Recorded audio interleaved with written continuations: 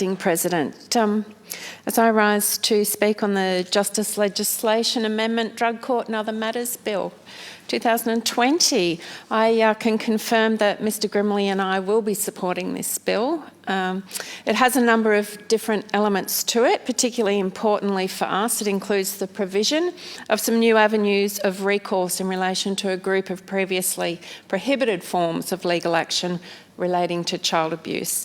These changes relate to legal actions under Section 27 of the Limitation of Actions Act. Previously, these actions could apply only in respect of offences of sexual abuse up to the date 1st of July 2015. This bill now extends that date to 1st of July 2018 in order make this specific area of law consistent with the application of the Legal Identity of Defendants Act 2018. We are supportive of these changes, and similarly we endorse the parts of the bill that provide for the introduction of new confidentiality provisions in cases heard at VCAT under the Voluntary Assisted Dying Act. Most comprehensively of all, the bill makes the necessary legislative changes to establish a drug court division of the County Court on a pilot basis for 3 years. In Derryn Hinch's Justice Party, we believe that increasingly there is a very important role for drug courts to fulfil in addressing the incidence of drug abuse in Victoria. It's sad to have to say this, but drug addictions and dependencies continue to mount across our society and accordingly continue to be insidious and monumental problems for Victoria. Not only does the proliferation, it's late in the day, of illicit drugs ruin so many lives among those who either traffic or consume these substances, but its ripple effect impact on far too many other Victorians as well. Regrettably, it is a major contributing factor to almost all of the worst criminal and social problems in contemporary Victorian society. In fact, in the case of methamphetamines, especially ice, their use has increased so significantly that this has resulted in many more violent forms of offending than had typically been seen previously. In purely a justice-related context alone, it's possible to trace the majority of serious crimes in Victoria in recent decades straight back to drug use by the offender. I think it was Ms Kilkenny, the member for Carrum in the lower house, who confirmed that among Victorians' current prison populations, nearly 2/3 of them are drug users. We also know and understand that traditionally alarmingly high rates of recidivism amongst this cohort and the associated costs, and not just financially, of those trends to our society at large. Just think for a little while about that 2/3 figure in particular. It's an absolutely shocking reality. Given that background, we clearly do need to find and pursue more meaningful and effective solutions to these issues. I might add too that, as I often say in this place, it is imperative that we look more closely at doing everything we can as a society in the form of early intervention to educate people and to prevent them participating in this insidious, addictive behaviour. And as Ms Terpstra alluded to in her speech, there are many people who have suffered trauma, who use drugs, take part in drug taking to numb themselves, to try and hide from that trauma that they have experienced.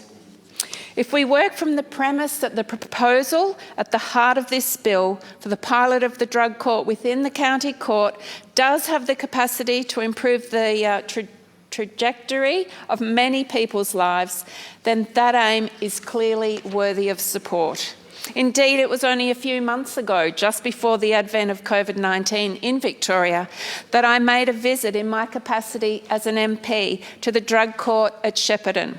Through it, I especially gained a closer and better understanding of the past and current work of the court and its potential impact in changing outcomes for many people who come before it. A wealth of both practical evidence and literature do indicate that drug courts typically have greater potency in many cases in addressing the full gamut of issues associated with drug-related offending than the use, in isolation of standard criminal justice approaches. That's not to imply that there aren't a significant number of people on whom drug courts continue to have little or no positive effect. However, there is considerable data globally to show that they have demonstrated impacts in improving the outlook, health and well-being of those concerned, and in the process reducing further offending. Often including within Victoria, there are substantial decreases in the subsequent rate and severity of offending among those who appear before drug courts. Broadly speaking, the operation of drug courts in Victoria is typically focused on a particular group of individuals whose criminal behaviour in connection with substance abuse is usually well entrenched and stretches back over a number of years. A high proportion of them have already experienced multiple terms of imprisonment. They therefore constitute a group who would otherwise continue to place considerable pressure on frontline services and resourcing within the state's justice system. If drug treatment orders did not provide the alternative option of enabling them to avoid what might have been another custodial sentence per se, and also to submit to mandatory assistance and treatment. I don't propose in this speech to work my way through a series of the very many detailed statistics that exist in this field, and many people have already done that in other speeches on this bill, especially in relation to the KPMG evaluation of 2014 on the functioning of Victoria's drug courts. Generally, it also does so in a way that is most cost-effective than would be the case of this group of offenders was instead incarcerated again. I'm trying to be very mindful that there are actually other speakers who would really like to speak on this bill, so I'm sort of going to just take out a few other important excerpts and points of my speech. I might move on to a point, if we're going to have more drug courts, then I dare say they also need to be accompanied by more drug and alcohol rehabilitation facilities also. That's especially true in my electorate, where so many of our cities and towns are unfortunately significantly affected by the proliferation of illicit drugs. Separately, I've spoken in more detail in Parliament this week about the importance of enhancing controls over the levels of contraband entering our Victorian prisons, and thereby reducing the prospects that those who are incarcerated maintain drug addictions and dependencies, even whilst they are inside the state's correctional facilities. As legislators and as courts, we can have all the best intentions in the world, however, they mean nothing if they're not followed through practically. Time and time again, we see many offenders who are released on CCO orders, and one of those orders may be that they are actually mandated to attend a rehabilitation centre. In rural and regional areas, that can be very difficult, and those wait times are extensive, and often that rehabilitation process is not completed. I should also stress that there are many incredible individuals and organisations in Victoria already undertaking work to each of these ends to assist those rehabilitation processes. However, in many cases, they need to be better resourced and supported. Truly turning around the lives of those abusing drugs is clearly contingent on many different forms of action, and amongst those are painstaking and dedicated individual case management.